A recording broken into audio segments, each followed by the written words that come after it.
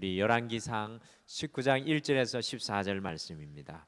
우리 구약 성경 549페이지입니다. 구약 성경 549페이지 열왕기상 19장 1절에서 14절 말씀입니다. 열왕기상 19장 1절에서 14절 말씀, 제가 한 절 읽고 우리 성도님들이 한 절 읽고 같이 읽겠습니다. 같이 교독하시겠습니다. 아합이 엘리야가 행한 모든 일과 그가 어떻게 모든 선지자를 칼로 죽였는지를 이세벨에게 말하니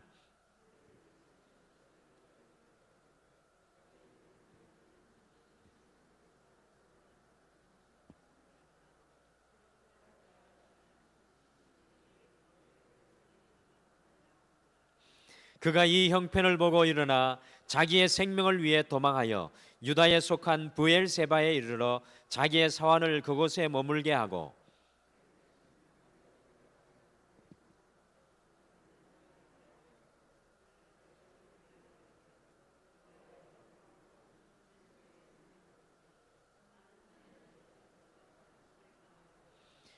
로뎀나무 아래 누워 자더니 천사가 그를 어루만지며 그에게 이르되 일어나서 먹으라 하는지라.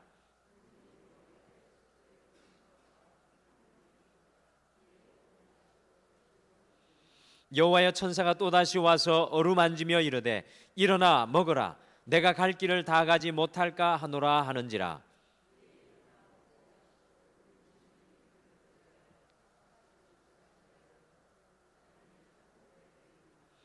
엘리야가 그곳 굴에 들어가 거기서 머물더니 여호와의 말씀이 그에게 임하여 이르시되 엘리야야, 내가 어찌하여 여기 있느냐?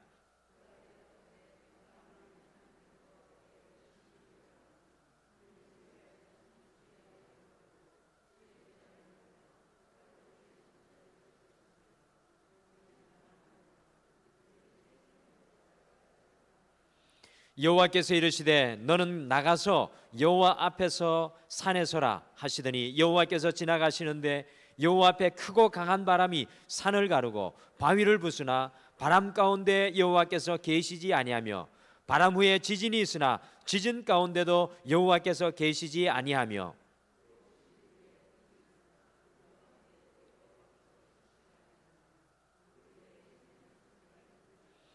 엘리야가 듣고 겉옷으로 얼굴을 가리고 나가 굴 어귀에 섬에 소리가 그에게 임하여 이르시되 엘리야야, 내가 어찌하여 여기 있느냐?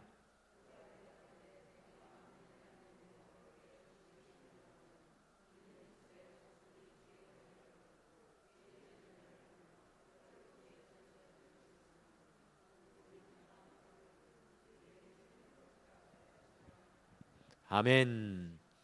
오늘은 참 우리 깨끗이 못한 대기를 뚫고 위험을 무릅쓰고 하나님 앞에 나오셨습니다. 얼마나 아름다운 모습이신지요. 우리 옆에 분에게 같이 축복하면 좋겠습니다. 주님의 손을 꼭 붙잡으세요라고 같이 인사하겠습니다. 주님의 손을 꼭 붙잡으십시오. 아멘. 사실 우리가 주님 손 붙잡은 것 같지만 주님이 우리 손을 잡아주십니다. 할렐루야. 우리는 착각할 때가 많은데 우리가 주님 손 잡는 게 아니라 주님께서 우리의 손을 오늘 이 저녁에 잡아주실 줄 믿습니다. 이 수요일에 우리가 계속해서 엘리야의 삶의 발자취를 쫓아가면서 귀한 신앙의 원리를 배우고 있습니다. 엘리야를 제가 이렇게 우리가 한번 또 공부하고 다시 좀 차근차근 살펴보면서 우리가 말씀을 깊게 좀 이렇게 바라보고 그 말씀을 연구하고 그 말씀을 더 삶에 적용하는 노력이 참 필요하다는 것을 깨닫게 되었습니다. 수요일에는 그러한 시간을 가지려고 합니다. 여러분들 이 수요일을 그렇게 구별해서 같이 들으시죠. 지난주에는 특별히 갈멜산에서 이스라엘 골짜기까지 약 44.4km를 은혜의 빗속을 달리던 엘리야가요, 이스라엘 골짜기에서 다시 이스라엘의 최남단의 지역까지인 이 브엘세바까지 약 140km. 네, 어떻게 기억을 하십니까? 제 설교 노트에 200km 잘못돼 가지고 갑자기 헷갈렸습니다. 140km 밑에 거리를 두려움 속에 달려 도망하는 엘리야의 삶을 엿보았습니다. 140을 기억하시는 분들은 지난주 설교를 굉장히 그 말씀을 묵상을 많이 하신 분 같으시네요. 훌륭하십니다. 그러면서 도대체 어떻게 그 갈멜산에 이 놀라운 승리를 이룬 후에 우리는 엘리야 생각하면 열왕기상 10장 18장까지만 생각하는데 19장에 우리를 더 놀라게 하는 말씀이 있습니다. 은혜의 비속을 하나님의 능력으로 달리던 그 엘리야가 두려움 속으로 달려가는 것을 우리가 19장에서 발견하게 되었습니다. 엘리야가 하나님의 은혜의 담비 속에 능력의 다름질을 하다가 브엘세바로 향하여 두려움 속에 달릴 수밖에 없었던 것은 어떤 이유였을까? 우리 지난주에 세 가지로 나눴죠. 하나도 기억이 안 나실 수 있습니다. 다시 지난주 말씀을 좀 잠깐 생각해 보겠습니다. 이렇게 능력의 다름질을 하다가 두려움의 다름질로 바뀔 수밖에 없었던 것은 엘리야가요, 자신의 인생의 주인공이 누구인지 혼동하였기 때문입니다. 자신의 인생의 주인공이 누구인지 혼동하였기 때문에 능력의 다름질이 두려움의 다름질로 바뀌었습니다. 하나님이 인생의 주인공이 아니라 그 하나님의 자리에 자신이 서게 되었을 때 은혜 속에 능력의 다름질이 아니라 이 두려움의 자리에서 달려갈 수밖에 없는 인생이 되고 말았다는 것입니다. 또한 두 번째로 엘리야가 은혜의 담비 속에 능력의 다름질을 하다가요 브엘세바를 향하여서 두려움으로 달릴 수밖에 없었던 것은 이 잘못된 시각을 가지고 있었기 때문이었습니다. 하나님만을 바라보던 눈이 문제에 사로잡히니까 은혜의 다름질이 아니라 두려움 속에밖에 달릴 수밖에 없었습니다. 여러분들 기억하십시오. 예배는 우리의 시각의 변화가 일어나는 시간입니다. 잘못된 시각이, 문제에 사로잡혔던 우리의 시각이, 두려움 속에 있었던 우리의 시각이 다시 한 번 더 주님을 바라보는 시간이 이 시간인 줄 믿으시기 바랍니다. 엘리야가 이 잘못된 시각에 사로잡히니까 두려움 속에 달려갈 수밖에 없었습니다. 우리는 엘리야가 아합을 이기기 위해서 그렇게 3년간이나 훈련되는 것을 보았는데요, 16장, 17장, 18장까지 멋있게 훈련되는 엘리야를 보았는데 엘리야가 한순간에 넘어지는 것을 보면서 인간이란 참으로 연약하다는 것을 다시 깨닫게 됩니다. 여기 계신 저를 비롯해서 이 자리에 계신 모든 분들 다 우리는 연약할 수밖에 없습니다. 강원도의 냉동 공장에서 실제로 일어났던 일입니다. 한 직원이요, 대형 냉장고 안에 들어가서 무엇을 꺼내려고 하다가 그만 그 안에 갇히고 말았습니다. 그런데 그 냉장고는 한번 들어가면 안에서 열 수 없는 냉장고였습니다. 그 다음날 열어보니까 역시나 그 직원이 그 안에 죽어 있었습니다. 그 직원이 죽어가면서 기록해 놓은 쪽지가 그 안에서 발견되었습니다. 나는 냉장고 안에서 얼어 죽는다. 또는 조금 후에 적은 것처럼 보이는 글씨로 춥다, 몸이 떨려온다, 발도 시리고 손도 시리다. 그런데 알고 보니까 사실 그 냉장고는 고장나서 냉동 기능이 작동되지 않았다고 합니다. 추위라는 두려움에 휩싸인 연약한 인간의 모습을 우리는 이 이야기를 통해서 잘 발견할 수 있으며 인간이 한없이 연약하다는 것을 잘 증명해주는 사건이 아닌가 생각합니다. 사실 저는 그렇게 위대해 보이던 엘리야가요 19장에서 한순간에 무너지는 것을 보고 많은 실망을 했습니다. 이 엘리야와 같은 선지자 멋있다 스스로 실망을 했습니다. 하지만 모든 인간이 다 이와 같다는 것을 저는 다시 한 번 더 엘리야를 통해 더 깊게 깨닫게 되었습니다. 인간은 아무리 위대해 보여도 연약하고 언제 넘어질지 알 수가 없습니다. 모든 사람은 언젠가 넘어질 때가 있고 낙심하고 절망할 때가 있습니다. 오늘 엘리야를 통해 우리 하나님께서 보여주시고 싶은 것이 바로 이것입니다. 우리 모든 인간은 연약하고 낙심하고 절망할 수밖에 없습니다. 그래서 엘리야의 이름이 그렇게 중요하죠. 여호와는 나의 하나님이십니다. 내 안에 있는 능력을 붙잡고 살아가는 것이 아니라 하나님 안에 있는 능력으로 살아가겠다는 것이 바로 이 엘리야의 고백입니다. 자신의 삶에서 여전히 묻어나오는 하나님을 향한 진정한 고백입니다. 내가 능력이 아니라 하나님이 능력입니다. 오늘 말씀 속에서는 낙심과 절망으로 지금까지 그렇게 열심히 달려온 엘리야가 급기야는 다름질을 멈추어 버립니다. 브엘세바로 달려가서는요, 다시 하룻길의 광야로 홀로 달려 들어가서 로뎀 나무 아래서 죽기를 소원하였습니다. 그런데 오늘 말씀 속에서 하나님께서는 그 엘리야를 다시 달리게 합니다. 40주 40야 40주 40야를 엘리야를 다시 달리게 하는데, 하나님의 은혜가 여기에 있구나라고 생각합니다. 그래서 오늘 말씀의 제목이 다시 달리는 엘리야입니다. 사랑하는 성도 여러분, 우리도 다시 달리기를 간절히 축복합니다. 우리 옆에 분에게 축복하시죠. 다시 달립시다. 한번 축복해 주시죠. 다시 달립시다. 여러분들, 제가 다시 달리자는 것은 다른 게 아니라 주님과 함께 달리자는 겁니다. 다시 달려야 합니다. 과연 어떻게 하나님께서 낙심과 절망에 빠진 이 엘리야를 다시 달리게 하시는지 오늘 말씀을 통해서 좀 함께 묵상하시고요, 신앙의 다름질을 멈추어 버린 우리 역시도 다시 주님의 은혜의 빛 속에 달리기를 소원합니다. 여러분들, 우리를 돌아보시죠. 우리는 과연 신앙의 다름질이 멈추어져 있지 않는지, 신앙의 다름질이 둔해져 있지 않는지, 우리가 달려야 할 길을 달려가고 있지 못한지는 않는지 다시 달려보면서 주님, 제가 주님과 함께 다시 달리겠습니다. 과연 하나님께서 엘리야를 어떻게 다시 달리게 할까요? 첫째, 다시 일어나 달리는 인생이 되기 위해서는 우리가 엘리야를 통해서 깨닫는 것은 로뎀 나무 아래로 나아가야 합니다.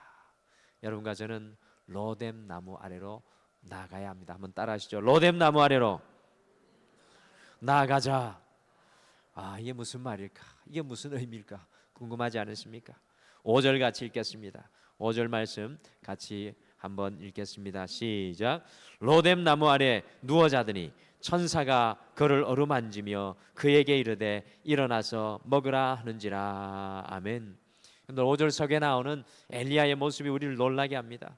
그렇게 두려움 속에서 140km를 도망하여 달려온 엘리야, 그리고 자신의 종을 브엘세바에 두고 광야로 하룻길을 달려온 엘리야가요, 로뎀 나무 아래 나아가 눕자마자 골아떨어졌습니다. 그렇게 두려워하던 엘리야가 어떻게 이렇게 잠에 골아떨어질 수 있었을까요? 18장에 나오는 엘리야의 모습을 다시 살펴보면 왜 이렇게 엘리야가 두려움 속에도 쉽게 골아떨어질 수 있었는지 잘 알 수 있습니다. 18장 말씀에 보면 850대 1의 엄청난 대결을 하게 됩니다. 아마 엘리야는 정신적으로 엄청난 스트레스를 받았을 겁니다. 그리고 비를 기다리면서 갈멜산 꼭대기에서 무릎 사이에 고개를 넣고 오랜 시간 기도하였으며, 하나님의 능력에 사로잡히긴 하였지만요, 이 44.4km의 이 비속을 달렸고요, 이스라엘 골짜기에서 브엘세바까지 140km를 달려 도망하여 왔고, 더욱이 그 뜨거운 광야의 하룻길을 도망하여 왔습니다. 이 엘리야의 인생은 이 다름질하는 인생입니다. 그 인생이 얼마나 힘들고 피곤하였겠습니까? 이 엘리야가 달려온 이 길은 상상할 수 없는 거리입니다. 약 160km를, 오늘 이 광야까지 따지면 약 160km를 쉬지 않고 달렸으니 이 피곤이 극에 달하였을 것입니다. 낙심과 절망에 빠진 이 엘리야가 다시 달릴 수 있도록, 다시 회복하도록 우리 하나님께서는 과연 무엇을 하고 계십니까? 하나님께서 다시 엘리야가 달리게 하시는 처방은 간단합니다. 6절과 7절 같이 읽겠습니다. 6절 7절 말씀 같이 읽겠습니다. 시작. 본즉 머리맡에 숯불에 구운 떡과 한 병 물이 있더라. 이에 먹고 마시고 다시 누웠더니 여호와의 천사가 또 다시 와서 어루만지며 이르되 일어나 먹으라. 내가 갈 길을 다 가지 못할까 하노라 하는지라. 아멘. 근데 엘리야가 로뎀 나무 아래에서 피곤으로 거의 실신한 것과 같이 골아떨어졌을 때 하나님께서는 이 엘리야에게 지금 이 순간 무엇이 필요한지 아셨습니다.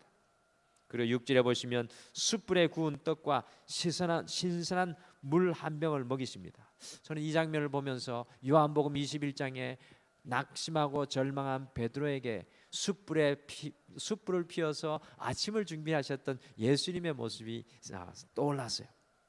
5절에 천사가 그를 어루만지며 라고 말합니다.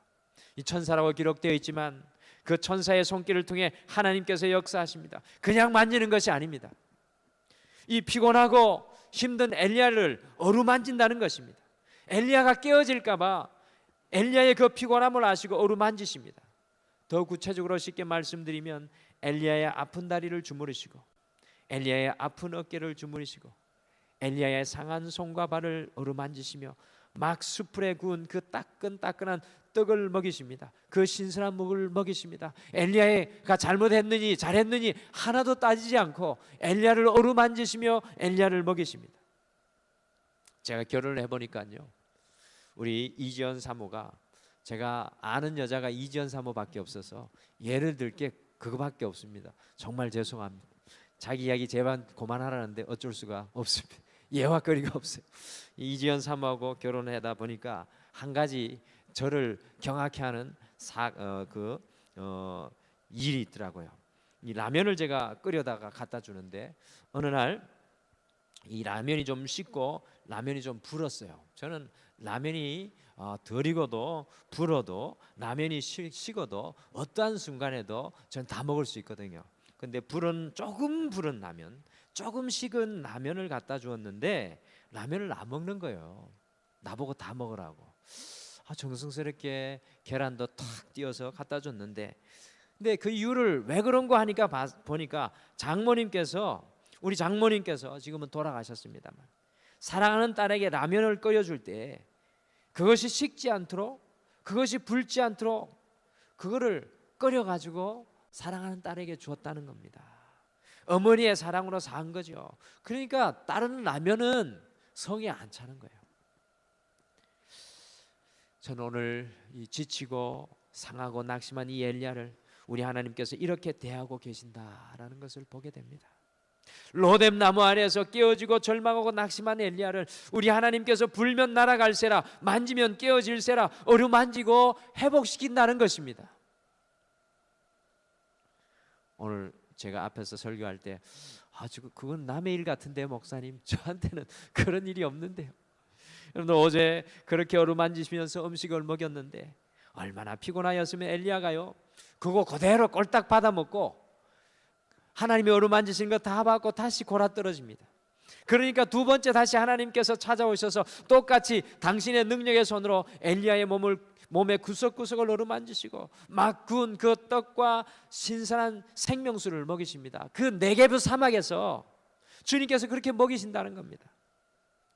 사랑하는 성도 여러분, 우리가 다시 달리는 인생이 되기 위해서는 기억하십시오. 여러분과 제가 다시 달리는 인생이 되기 위해서는 하나님의 어루만지심이 우리 안에 있어야 될 줄 믿습니다. 하나님께서 먹이시는 떡과 생수를 마셔야 합니다.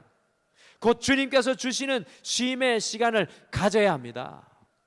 그리스도인의 특권이 바로 이겁니다.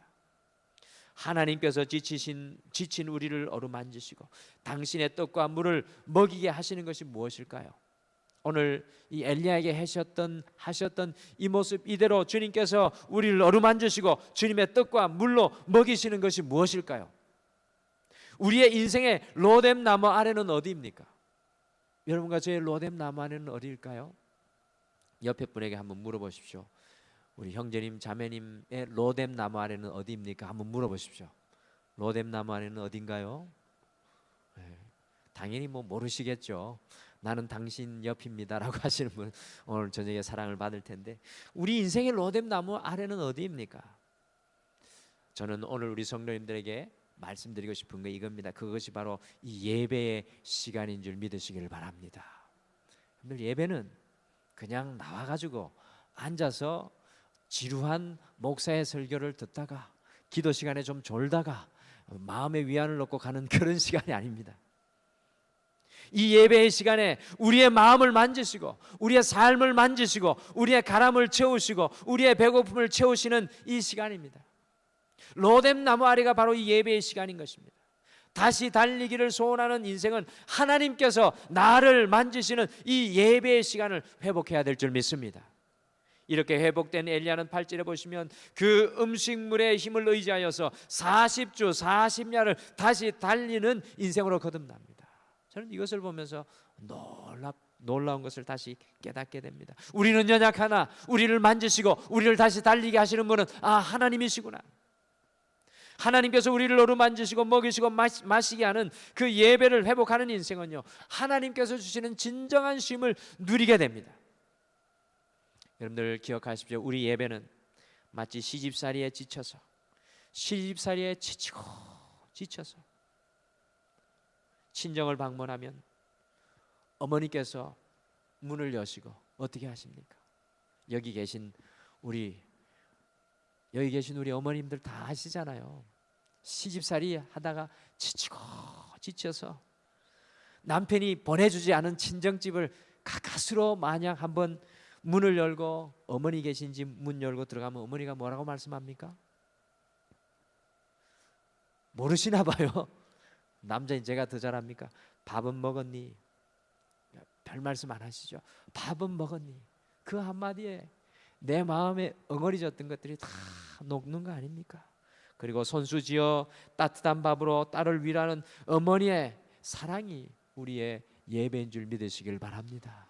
여러분들 이 예배를 통해 언제 어느 예배를 나올 때마다 이 수요예배, 특별히 이 수요예배 시간을 통해 주님께서 우리에게 질문하시는 말씀을 들으십시오. 밥은 먹었느냐? 우리 베드로에게 주님 처음 요한복음 21장 실망하고 좌절한 베드로에게 뭐라고 말씀하셨습니까? 너 왜 배신했니? 너 왜 그렇게 했니? 한마디도 말씀하지 않으시고 와서 먹으라고 주님께서 말씀하시는 것을 봅니다. 오늘도 우리를 바라보시며 두 팔 벌리시며 내 안에서 쉬어라는 주님의 노렘나무 아래서 주님의 위로와 충만함을 누리시는 여러분들 되시기를 간절히 축복합니다. 예배는 주님께서 우리를 두 팔 벌리고 서 계신 로뎀나무입니다. 그 로뎀나무로 달려가셔야 우리가 다시 한 번 더 달리는 인생이 될 줄 믿습니다. 둘째, 다시 일어나 달리는 인생이 되기 위해서는 호렙으로 나아가야 합니다. 우리가 다시 달리는 인생이 되기 위해서는 호렙으로 나아가야 합니다. 로뎀으로 가야 하고 호렙으로 나아가야 합니다. 엘리야를 로뎀 나무 아래에서 먹이셨어요. 40주 40야를 호렙산으로 가게 하셨습니다. 이 엘리야를 보면 지명을 따라서 우리 16장, 17장, 18장, 19장에 보면 엘리야의 인생은 지명이 주는, 장소가 주는 놀라운 영적 진리가 있는데 또 이 주님께서는 이 40주 40야를 호렙산으로 달려가게 했습니다. 이 호렙에서 엘리야를 다시 달려가게 하시는 치료의 역사를 하고 계십니다. 여러분들 호렙산이 어떤 곳입니까?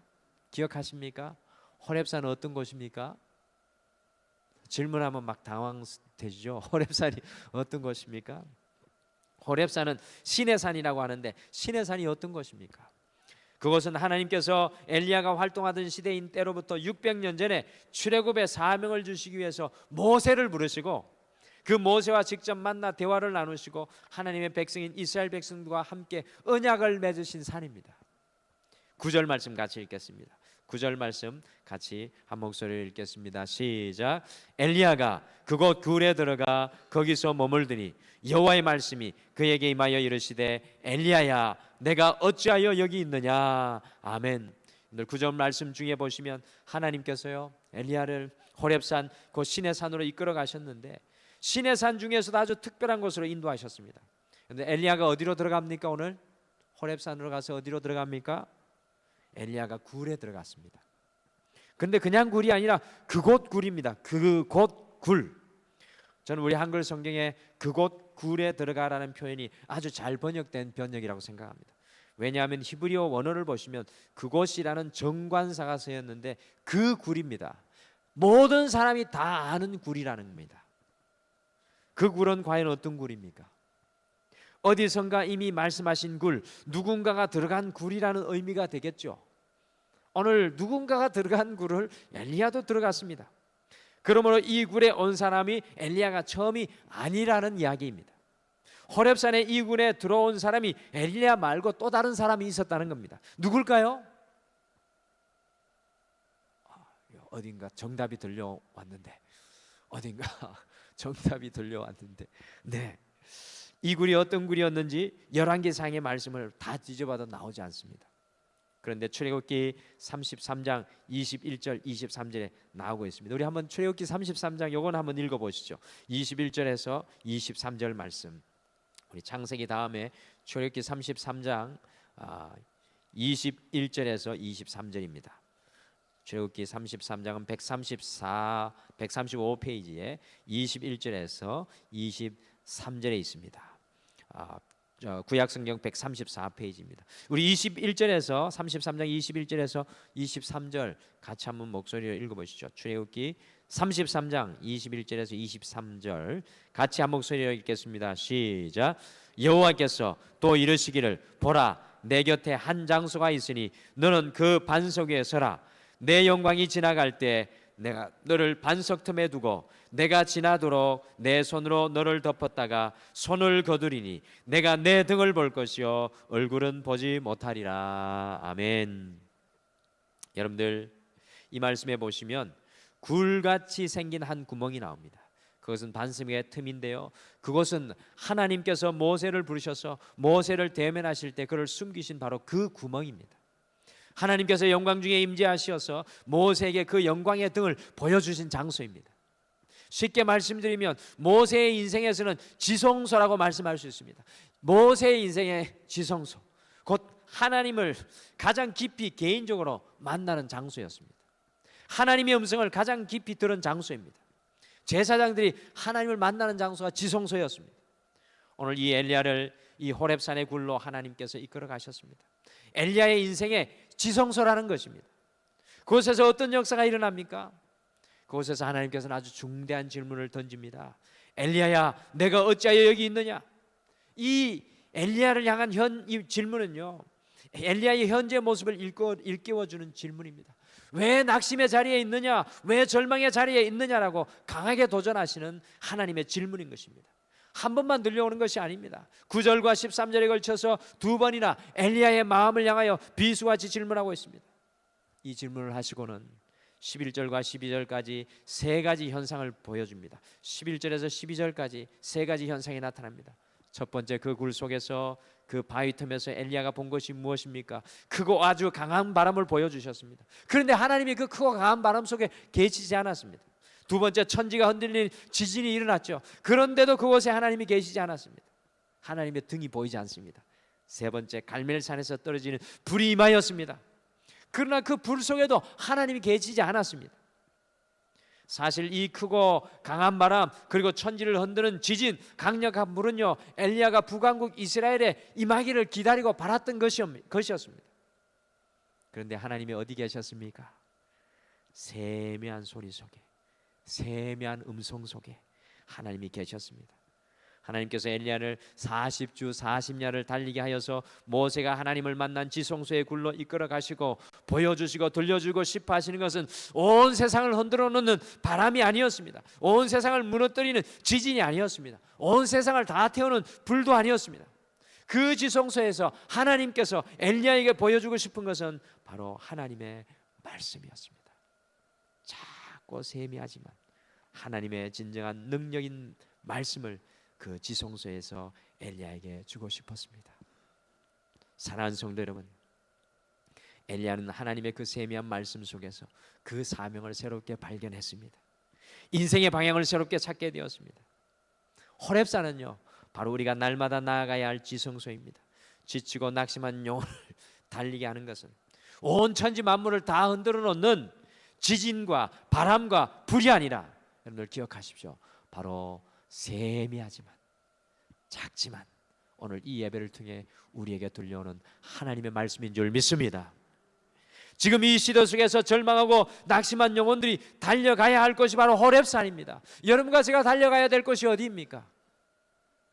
강력한 지진입니까? 강력한 바람입니까? 불입니까? 오늘 그 불과 지진과 바람이 임하지 않는 것을 보고 절망한 이 엘리야에게 주님께서 다시 한 번 더 호렙에서 나타나셔서 세미한 음성으로 말씀하십니다. 하나님의 지성소로 달려가 우리의 인생을 밝혀줄 하나님의 희망의 말씀, 소명의 말씀을 들어야 합니다. 하나님의 그 세미한 그 음성이 엘리야의 전 인생을 다시 새롭게 하는 것을 봅니다. 날마다 주님의 지성소로 달려나가시는 사랑하는 성도님들 되시길 간절히 축복합니다. 예배를 회복하는 성도는 그 지성소로 나가서 세미하게 들려주시는 하나님의 음성을 듣게 되어 있습니다. 다시 일어나 달리는 인생으로, 우리 호렙으로, 곧 하나님의 지성소로, 하나님의 세미한 음성으로 날마다 날려나가서 세상의 어떤 것이 아니라 주님의 말씀이, 주님의 가치관이, 주님의 삶의 나침판이 우리의 능력과 권능이 되기를 간절히 축복합니다. 다시 예배의 회복으로 지성소에서 들려오는 하나님의 말씀으로 달려갈 때 오늘 우리 19장 18절 말씀에 보시면요, 엘리야를 위해서 바알에게 무릎 꿇지 않은 7천 명의 돕는 자를 붙여주셨습니다.